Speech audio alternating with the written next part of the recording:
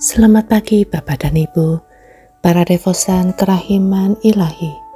Bacaan hari ini dari buku harian Santa Faustina, nomor 85 sampai dengan 87. Vilnius, 2 Agustus 1934. Pada hari Jumat sesudah Komuni Kudus, dalam roh aku dibawa ke hadapan tahta Allah. Di sana aku melihat bala surga yang tak henti-hentinya memuji Allah. Di belakang tahta itu, aku melihat cahaya terang benderang yang tidak dapat dihampiri oleh makhluk apapun. Dan yang ada di sana hanyalah sabda yang menjelma yang masuk sebagai pengantara.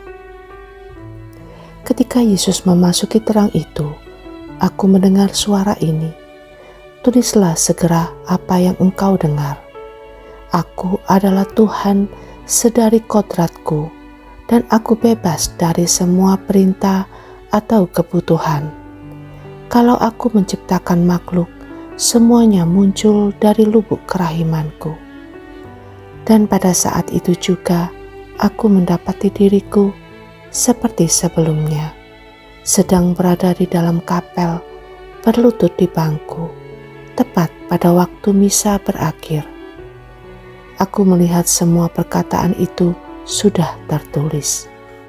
Sekali peristiwa, aku menyaksikan betapa Bapak pengakuanku sangat menderita karena karya ini yang akan segera dilakukan Allah lewat Dia. Ketika aku menyaksikan hal itu, ketakutan mencekam aku sejenak, dan aku berkata kepada Tuhan, Yesus, ini adalah urusanmu.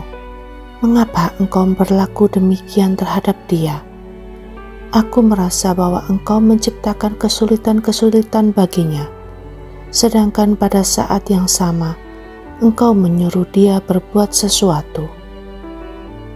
Tulislah bahwa siang dan malam tatapan mataku tertuju kepadanya.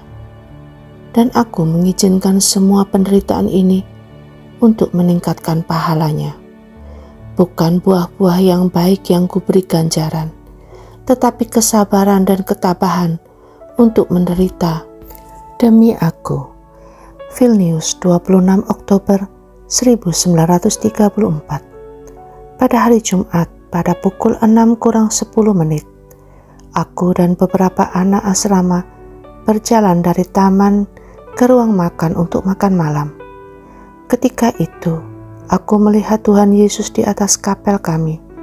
Ia memandang aku persis seperti ketika untuk pertama kalinya aku melihat Dia, dan persis seperti Ia dilukis di dalam gambar. Kedua sinar yang memancar dari hati Yesus itu menyinari kapel kami, balai kesehatan, dan kemudian seluruh kota, dan meluas ke seluruh dunia. Penglihatan ini berlangsung sekitar 4 menit, lalu lenyap. Salah satu dari anak-anak perempuan itu yang jalan bersamaku sedikit di belakang yang lain juga melihat sinar itu, tetapi ia tidak melihat Yesus, dan ia tidak tahu dari mana sinar itu berasal. Dengan berapi-api, ia bercerita kepada anak-anak yang lain. Mereka mulai mentertawakannya dan mengatakan bahwa ia sedang berhayal, atau barangkali itu adalah sinar yang dipancarkan oleh pesawat terbang yang sedang melintas. Tetapi ia tetap bersikukuh pada keyakinannya, sambil berkata bahwa belum pernah ia melihat sinar seperti itu sebelumnya. Ketika anak-anak lain berkata bahwa barangkali itu suatu lampu sorot, ia menjawab bahwa ia tahu betul apa itu lampu sorot, tetapi belum pernah ia melihat sinar seperti ini.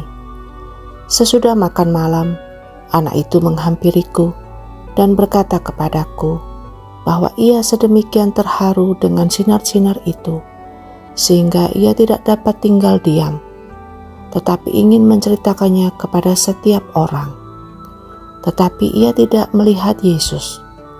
Berulang kali ia bercerita kepadaku tentang sinar-sinar itu, dan ini memojokkan aku ke dalam situasi yang canggung, sebab aku tidak dapat mengatakan kepadanya bahwa aku telah melihat Tuhan Yesus.